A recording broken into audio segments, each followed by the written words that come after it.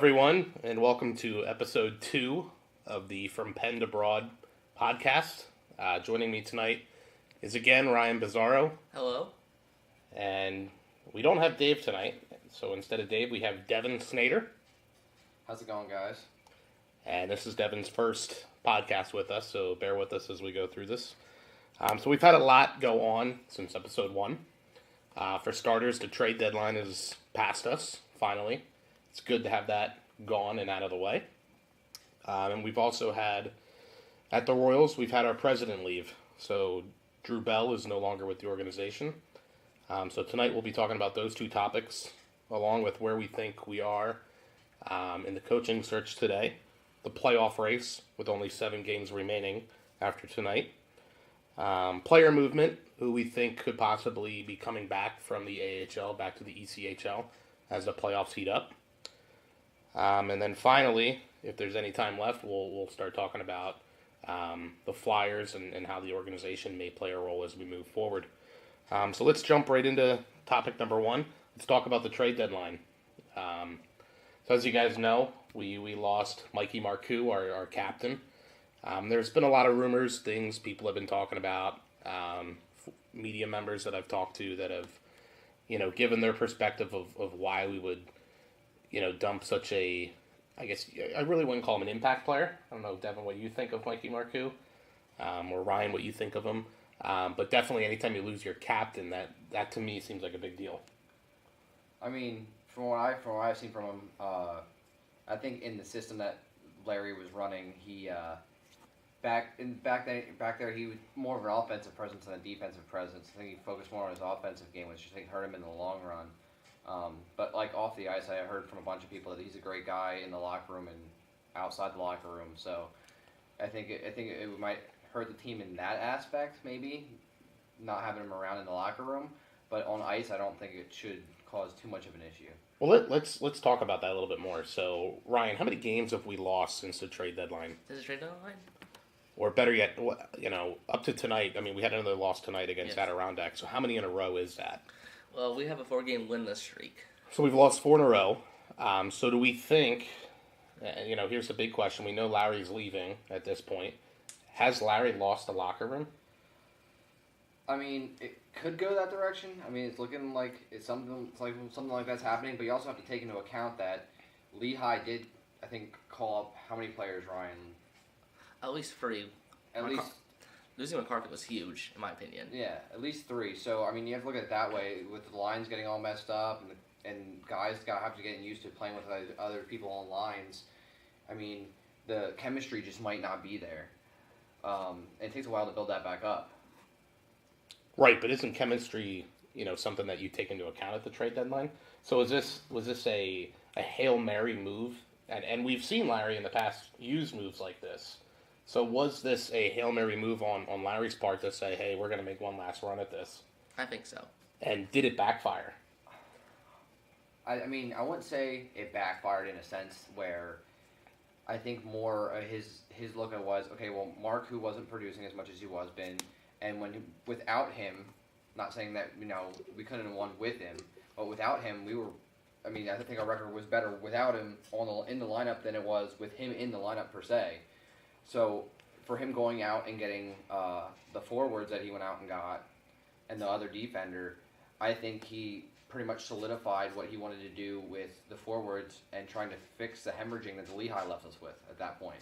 Right. He knew about Lehigh's movements before the fact.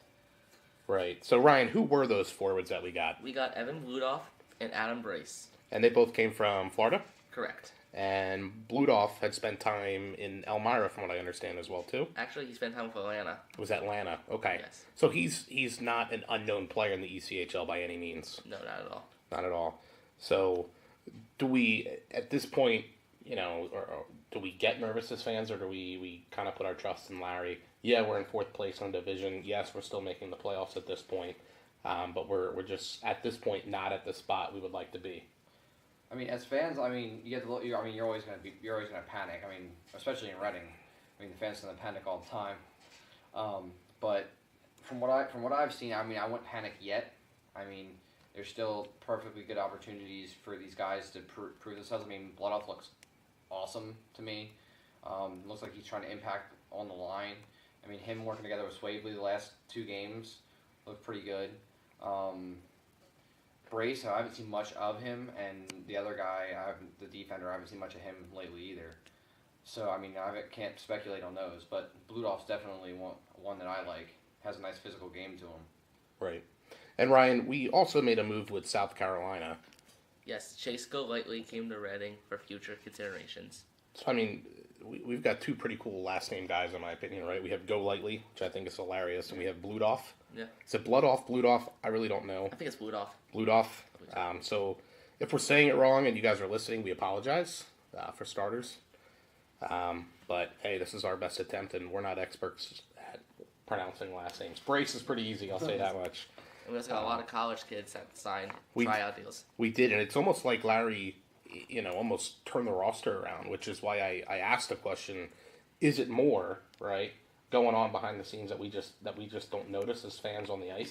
I mean, Larry has done this before a bunch of times. I think what he does is he tries to get the kids out of the college area and get them locked into, like, hey, you guys want to play here next year. He's done it with Crandall. I think Pereira was one of them, Ryan. No, Pereira's not an ACHL deal. One guy that comes to my mind, Devin, Dominic Jobert from the Cup year. Yes.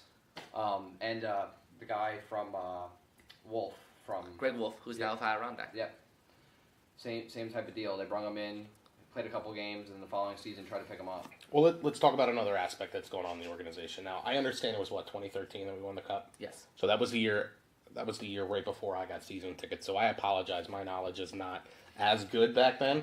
The only guy I do remember is Brian Molly, only because my wife has always had a crush on Brian Molly, and the guy did give her a puck, on our first bus trip to Elmira. So that's really the only thing I can relate to when it comes to 2013. But I'll guarantee you in 2013, they weren't losing a head coach, and they weren't losing their team president going into the playoffs. So with that being said, let's talk about Drew Bell leaving. We know that the Larry Corville situation didn't end the way I don't think the Royals wanted it to end, and I don't think it's the way Larry wanted things to end. And for what we've read in the papers, the Larry Corville move was more about money, and the way the Drew Bell story has been, I guess, told to us. That's probably the best way to put it at this point. Is that this is more of I can spend more time with my family move, and you can't blame Drew for wanting to spend more time with his kids. I'm in the same boat. I got a 1-year-old, right? She's crazy. If I could spend more time with her every day, I would. She's also a big hockey fan, which is pretty cool. And she's always on the big screen at games, which is kind of cool too. But does that get into a player's psyche, and does it affect them? 2 big guys like that in the organization. The coach leaving, yeah. I mean, to me, Larry announcing that he was leaving at almost 75% of the season being over, almost, maybe even almost a little bit after halfway. To me, I would have waited. I mean, I would have been like, after the season was over, maybe. I mean, maybe playoff run, not dead in the middle of the season, because then the players are sitting there wondering, hey, this is a guy who gets us to sign contracts and works out deals and stuff. What are we doing for next year at this point? Do I want to come back and play for a new guy, or do I want to go somewhere else? Right. Well, we still view, I think all of us can agree, we still view the Royals as a very stable organization. I don't think they're in the same situation Elmira's been in, where it seems like every year we're having the conversation, hey, Elmira may not be here. And it sounds like next year they're finally not going to be here, at least not as a Jackal, right? Mm-hmm. The 3 of us were in Elmira during the last bus trip. Ryan and I did not go on the bus trip. We ended up grabbing a hotel with, my wife and Ryan and I, and we didn't bring Olivia, which was probably a good thing. But just talking to some of the fans out there, they really believe that a team's coming back. And we've heard the rumors that they're reapplying under another team. Whether or not that there's any truth to that remains to be seen. But going back to my main point, there's not that instability, I think, in the Royals organization as there was in an organization like Elmira. And I think that's really going to help, I guess, keep some of these players here. Yeah, I mean, yeah, and I've been saying it for the last Sean knows, I've been saying this since Galati bought the team. I said, I think day one when they announced a new owner, I said the Royals, for a chance for the Royals to survive in Reading for a long term, they need to affiliate with the Philadelphia Flyers. Right. And the NHL, Bettman said it, the NHL's pushing for perfect geographic setup for all your leagues, all your affiliate group. The Flyers have that perfect setup now. It ain't gonna get any better than what it is. Right. So I mean, Reading's as far as the near future as I can look, I think they're stable. Well, it follows the same model that the Philadelphia Phillies have used in the in the city, and in the sporting world too, in Philadelphia with Allentown and Reading. And I know Hextall is very big on building a minor league system to the point where it actually frustrates me as a Flyers fan.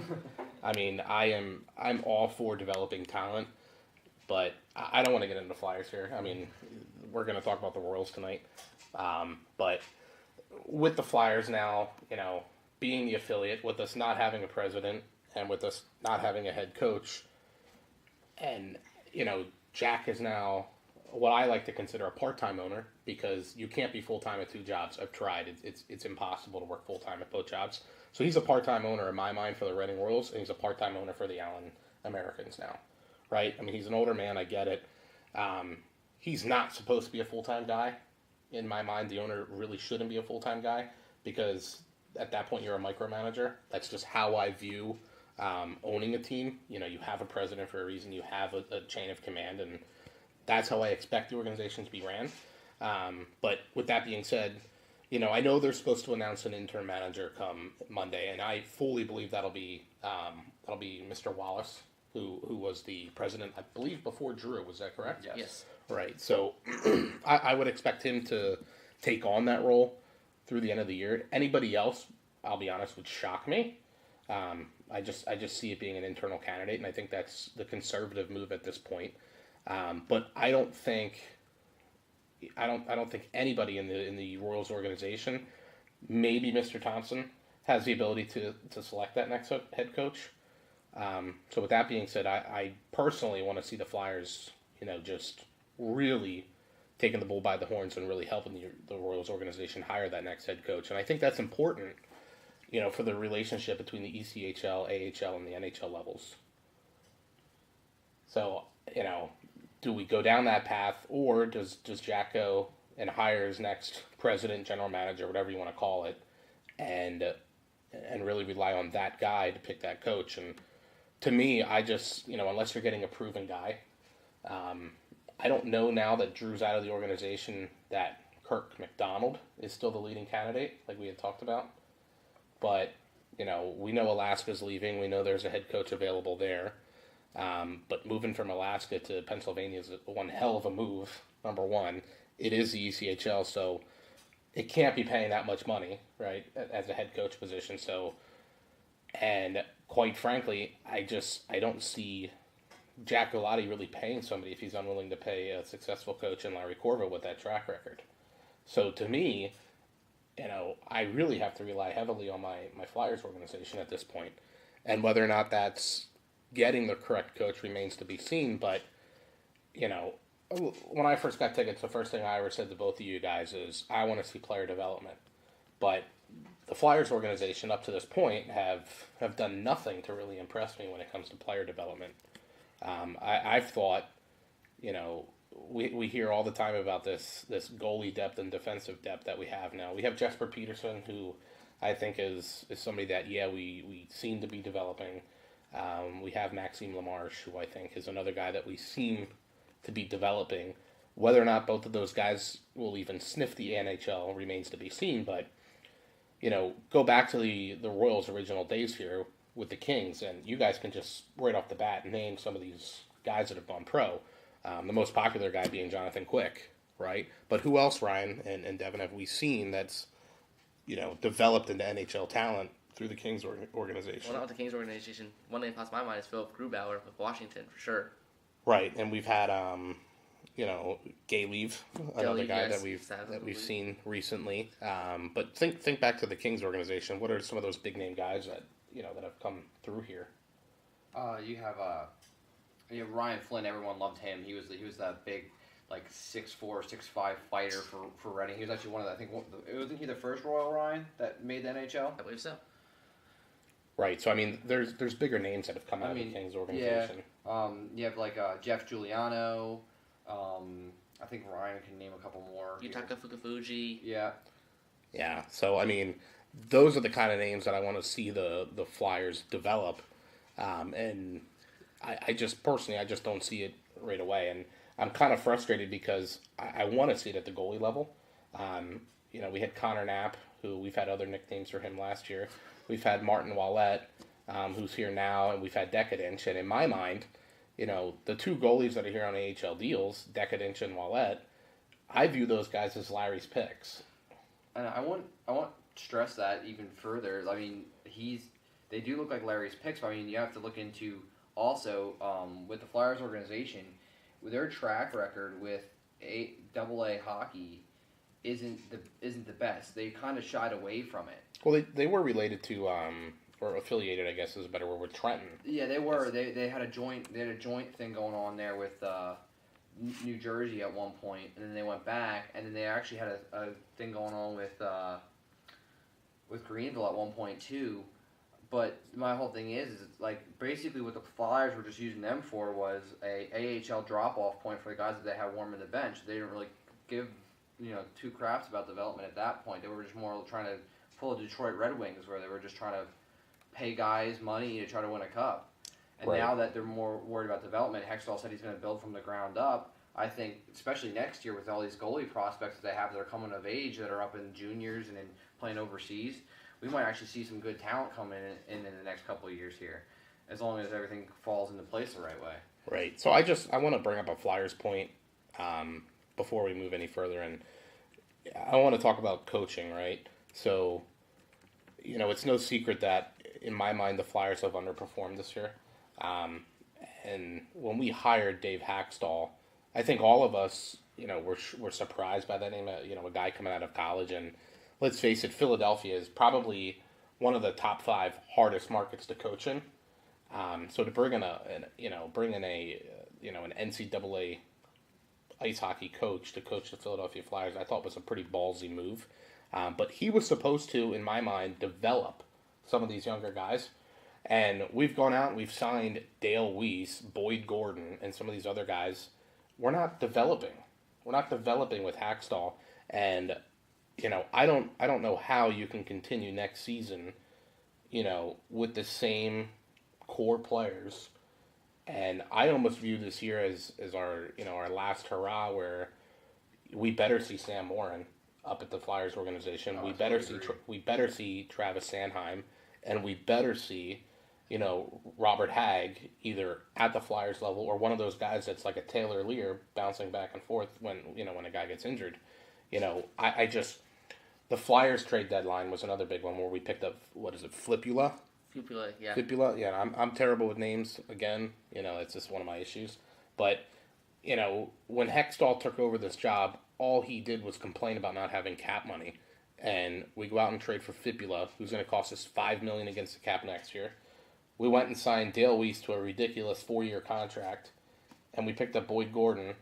And then the cap money that we freed up last year, we spent on the core players that are underperforming, right? And I think I heard a stat a couple weeks back where we have our forward positions, right, is one of like the top 10 or top 5 in salary cap locked up, and our defensive lines are fairly low, right? But we're paying these forwards to be at a top 5, top 10 level, but they're performing like a 25, 26, 27th ranked offense. And to me, he got rid of the Vinny Lecavalier deal. He got rid of the Chris Pronger deal. In my mind, I don't see how he couldn't admit that trading Scott Hartnell was a mistake. I mean, we've seen Claude Giroux's performance just go down the tubes, right? From a production standpoint. And it's because he doesn't have that Scott Hartnell guy, that instigator, that guy that, I guess Wayne Simmons was supposed to be that guy, and he's just not, right? And so, to me, there's been countless mistakes from Hextall's point of view. I'm not seeing the player development that I would expect there to be. So, this is where I want to see. I want to see, this offseason, hey, I want to see your commitment to that, right? I want to see these guys getting called up because you hired a head coach to develop these players. You have a minor league system where, we signed some guys to AHL/EHL deals, right? Or we're supposed to be, bouncing back and forth, and we have. But I just, some of them are middle of the, mid-20s guys. Your McCarthy's, your Goldberns that have been re-signed, and all those guys. They're not guys you're going to see at the NHL level, right? You're going to see them bounce back and forth in between the ECHL and the AHL. But, to lock up roster spots, that, I would expect more, I guess, is my point. So I want to see the commitment, and truthfully, I want to see it start with the Royals, right? I want to see that depth there. And I don't care if we win 10 games next season, right? I want to see the Flyers prospects here, but I want prospects that have the potential to go to the NHL. And I'm not talking about your guys that are going to be your number 1 or number 2 picks. I want to see some 5th round, 6th round, 7th round guys when they get to age. I understand the age rule. I understand that all, how that works, the juniors contracts and all that. But I want to start seeing some of those guys come here. And it starts, in my mind, with the goalie position. Yeah, it does. Out of the couple names that you just mentioned, I think the guy there that has the best, I wouldn't say skill level, but has the best drive to possibly make an NHL appearance in the next couple of years would have to be Goldborn, just from watching him play up at Lehigh. And he has that grit. He's always in there getting in the puck. He's always in there getting beat up. And he's the guy that you want that drives the player. It's almost like a Wayne Simmons style player where he's constantly there trying to energize everybody, trying to get them going. Sure. But my whole thing is with, like you said, with the development, I know I think Ryan can quote me on this, there's 1 or 2 goalies that will be available next year for the organization, maybe 3. I think it is 3. If you could look up those names, Ryan, that would be a big help in the meantime here. But let's talk about, as we're talking about player movement and player development, let's go back to the Royals. We got to concentrate today on where the team's at. We have 7 games left. We are 5 points, I believe, now ahead of the Wheeling Nailers for that 4th division spot. So, this time of the year, now that the trade deadline's over, there's the whole number of ECHL games that guys need to play before they can be on the roster going into the playoffs. And, I think Larry's always done a good job working with the Flyers since I've been around on getting the guys he wants back, going into the playoffs. So let's talk about some of those names, right, that are at the AHL level that could potentially be back, right? So we just talked about Goldberg, right? And, he is that gritty guy. He's that guy that's going to drop the gloves for us. I think he's a high-energy guy. I know, Broad Street Hockey, which is the Flyers website. I know they did a piece on him when we drafted Goldberg. They've never been a fan of him. And he's been pretty outspoken about his dislike for that site. So I know guys like Tyrell. It's Tyrell, correct? Yes. Yeah, I know guys like Tyrell do listen to some of the stuff that's being talked about, which is it's kind of cool for us. But I think he uses that as a chip on his shoulder when he comes out and plays every day. And I really hope he's not viewing his time here in the ECHL as it's as a frustrating point where he's not getting to the NHL level. I really hope he's using this year as his motivation to, hey, I worked on my game, right?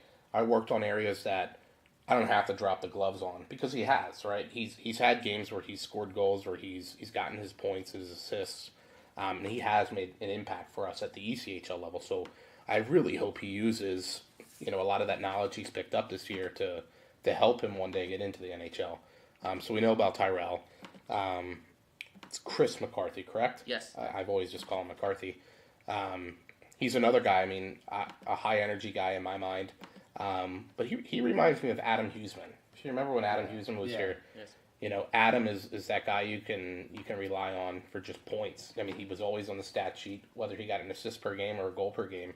I thought McCarthy did a really good job at that. So he's another guy that I'd like to see back. I don't know what your thoughts are on McCarthy. If you want to add something. I like him. I like him, especially. I know they had him up with LaBelle at one point for a long linemate for a while there, and they were doing very, very well together. Actually, I thought most of our problems started happening after McCarthy was called up. I think he was, I wouldn't say the heart, but he was definitely a big driving force with the offense. And once he was gone, I think it was hard for Reading to produce after him leaving. Sure. And so, if we get those two guys back, you'll probably see some of these college names, I would think, drop off the roster. Yeah, definitely. I know Ian Waters got hurt. Was a couple home games back. And I don't know the status of his injury. I don't know if he even comes back this year. But, I've always been very critical, I guess is a fair way to put it, of just Ian Waters' game. But I thought this year he's made more of an impact. I guess it was talking to Larry last year that, Larry made the point that he's one of those guys that you don't notice him on the stat sheet, but I started watching just some of the little things he does, like agitating, the impact player that is on our opponent's team. And, he continued to do that this year. And I think losing Ian has been, we've seen the impact of that in these last couple games. So it would be nice, and I can't believe I'm saying this too, right? It would be nice to get Ian back. But I don't see that happening. I didn't understand why Ian was on the playoff roster last year, but, this year, just paying closer attention to how Waters has been playing, it's a shame that he's not there or that he may not be there. I don't want to speculate, what his injury was or any of that other kind of stuff, but two other guys, that may also see some time here is Wilcox. We've seen him here and there. Ryan, is he at his number of games? No, he needs 5. He's only played in 2 games. Okay. Same thing with Haslea. He's only played in 1. He needs 5 as well. So we'd have to see those guys come back. So Yes. they're more of the, guys that I guess we could almost write off at this point. But until that happens, we still have those names out there. And then finally is Maxime Lamarche, who I believe they named him captain. Is that correct, after the trade? Yes. Yes. Right. So, and he's up with the Phantoms, or is he out with an injury? He's with the Phantoms. He is with the Phantoms. Okay. So he would be another name to pay attention to as this playoff race starts to heat up, and if he comes back, great. If not, they can wait up until the playoffs start. Is that correct? Yes, they can put him on reserves. Okay. So he would be another guy to just keep an eye on as a team is moving forward. So 7 games left, and it's basically come down to Reading, Adirondack, and Wheeling at this point. Yes. So I would think it's fair, Ryan, we could assume, and Devin, we can assume it's Brampton for sure coming out of the division. I think we can say it's definitely Manchester. And to me, those are the 2 teams that I wouldn't want to face. I don't know what your thoughts are about both of those teams. I just don't think we match up very well against them. From a strategy standpoint, I mean, I think if I had to pick one to come up against in the first round, I'd rather come up against Brampton. And the only reason I say that is because I think that we have a better chance against Brampton. I think we play better. I think they play more of our style of game, so we can possibly shut them down or try to beat ourselves instead of beating ourselves at our own game, beat them at their own game per se. Mm-hmm. Plus, I'm all for not having to play Manchester, and I'm hoping, because them and Adirondack have been gutting each other all season long, that Adirondack can clean up the trash for us in the first round. So you would, in a perfect world, you'd like to see us against Brampton and then Manchester up against Adirondack. Now, let's say, hypothetically, tomorrow, right, we go up against Adirondack again. I understand we got the loss tonight. We lost a point against them. But let's just hypothetically say Adirondack goes on a losing streak, right? And it comes down to Brampton, Manchester, Reading, and Wheeling. Let's say Wheeling sneaks in, right, as a 4th seed, and they go up against Manchester. How do you see that playing out? I've learned a lot of things from the past, and one of the lot of things from the past that you learn is you never underestimate the Wheeling Nailers at all in the playoffs. That team has an uncanny ability to upset. I haven't really paid attention to their stats as much because I was almost, to be honest, ready to write them off. But it seems now that little playoff monster that they unleash is coming out and getting baring teeth. Sure. So, I mean, I wouldn't write them off. I think they'd give Manchester one hell of a fight. Sure. But They have an awesome fan base. I mean, those guys come down literally from Wheeling and they drive here for those games. I mean, Ryan, you know the guys better than I do coming out of Wheeling, and they've always been polite. I know they have an issue with one of our fans, but we'll just leave it at that. One of our Twitter trolls, who I think a lot of people have had issues with in the past, including myself. So yeah, I mean, I would be excited to run into Wheeling again in the playoffs. Definitely not round one, and I definitely would not want Manchester round one at this point. But more importantly, we know there's that playoff monster coming out of Wheeling, right? And to circle back, me as a fan right now, I am a little bit concerned about the chemistry in the locker room, and I worry about these players and where their psyche could be right now. Are they going to give up?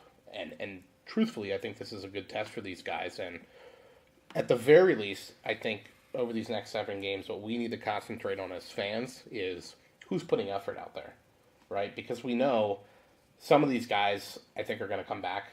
I'd like to see Nick Luco back, especially if the team continues to be related to the affiliate with the Flyers going forward. A guy like Justin Crandall, Pereira. I mean, everybody knows the household names that we'd like to see back here. Whether Olivier Labelle or Todd Perry come back, I mean, that's up to them and their age at this point, and whether or not they want to give it one more year. But the household names I would love to see stay here. But again, as we know, it's going to come down to the coaching style, who's here, and where they want to go moving forward. So, Ryan, did you have a chance to look up who those goalies were? I did. The only one that we would most likely see next year is Merrick Matson, who's a senior right now at Harvard. Okay, so he's at Harvard, you said? Yes, he's a 6'4" goalie. 6'4", so yes. Another Anthony Stolarz type, and so those are the kind of names that as fans we should be paying attention to, not only this year but also next year, right? Because the Mark Decadinches of the world, this is the ECHL, right? They're going to go where a job's at. He's one of the nicest players I think in the ECHL. It's funny, my wife likes to take my daughter down to the boards, up at the beginning of every game, and every game that she's down there, because she doesn't get to make it to every game because of her health issues and all that other kind of stuff, but every game he makes it a point to go up to her and make sure he says hello. Whether he's just tapping the boards with his stick or occasionally he'll skate up and just stare at her and she laughs and all that. So, I mean, as much as we may like some of these guys, the reality is some of them may not be back. This is a league where a lot of them are going to be moving fairly quickly, but to my point, now's the time where, if we do miss the playoffs, we want to see who could be back here, who's going to put forth that effort.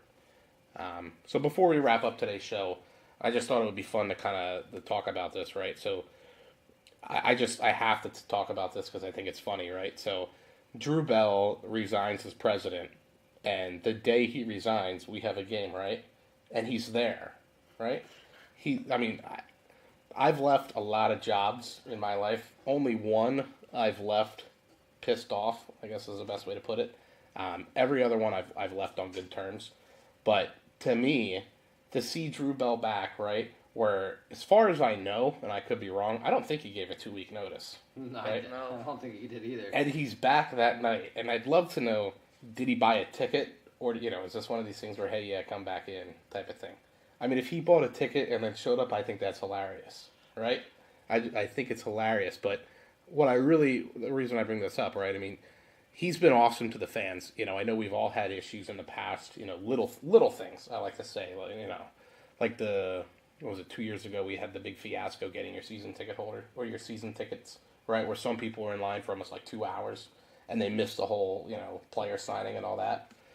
I know we've had little issues like that in the past where, I mean, let's be honest, we had the whole Brian incident, right, where Brian, leaves his job, and I know Drew wasn't happy with us over how that whole story played out, but I've had my issues with the customer service sales staff in the past, but I mean, if it wasn't Drew fixing it, was Greg Lewis fixing it for me. So I mean, the Royals have always been willing to fix their their mistakes and all that. But back to Drew, now that he's not there, the Royals fan group page on Facebook, I mean, it's just hysterical to follow at times. You have people that just get so angry on that site, and I'm really curious to see, now that he's not affiliated with the Royals in any way, I really want to see how he reacts on that. Are we gonna hear a more sarcastic Drew Bell on that site? Because he's not afraid to comment, and he wasn't afraid to comment as an owner, which I thought, or not as an owner, but as a president, I thought that was pretty cool. So are we gonna see? I mean, today we just had, questions about, what was it, ticket pricing between a high school basketball game? Yep. Why can't we sell out a Kelly Cup Finals game while Reading High can sell out a high school basketball game? Right, and he chimed right in. So I really want to see if that continues as we move forward, and if he does, I think it's just going to get funnier and funnier. So as a fan, I think it's fun to pay attention to little things like that, especially in minor league hockey. I mean, it's not the NHL. It's not going to end up on ESPN. So to me, those are the kind of stories that, as we move forward, I think are going to be funny to watch, right? So as we move forward, we got the playoffs to watch. We got a head coaching search, which, could be a whole new coaching search at this point. It could be head coach, could be the defensive coach. I don't know what their futures are. We could see some more involvement from the Flyers. We could see some more player development next year. So, I mean, to me, the future's bright in Reading, no matter what happens as we go forward. And at the end of the day, we still have the best fan base. We still have the best, I think, customer service throughout the ECHL. I mean, I've been to other arenas. We've all been to some of these AHL arenas and all that. I still think we get the best service and the best value for our buck here. I get it. People are angry at the food prices, and whatever you do, people just don't post that on social media about the cost of food, especially in Reading. They love to bitch and complain about the food prices, I've learned. And going to other arenas, I mean, I'll just say this as we end this show. If they start selling sushi at the Santander Arena, I don't care what price they charge. It is still a better value than what I paid in Miami. I was telling Ryan about this earlier. I paid $25 for sushi at a Florida Marlins game. Right? Now I get it, that's Major League Baseball. It's not the ECHL leagues and all that, but people just need to understand the food prices could be so much worse. And I hate to bash the Elmira fan base, but we're a Reading fan base, so we have to every once in a while. But for just a perfect example, you want to look at food prices between different arenas. Go to Elmira for a game, buy food there. It may be cheaper, but then you got to remember, where's her team at next year? Yeah, exactly. So as we move into the future and all that other kind of stuff, just I guess watch those things. Don't worry about those things as much, guys. So with that being said, hope you enjoyed episode 2. Episode 3, I don't know when we're gonna start taping that. And episode 3 may not even be Royals related at this point. I really have no idea. I know we want to talk about the NFL. I know we want to talk about the Flyers. I know we want to talk about Phillies. Yeah, Phillies got a lot going on too. So, continue to chime in, continue to add up those views, and we'll keep doing this for Ryan, like we said, man. All right. So everybody have a good night.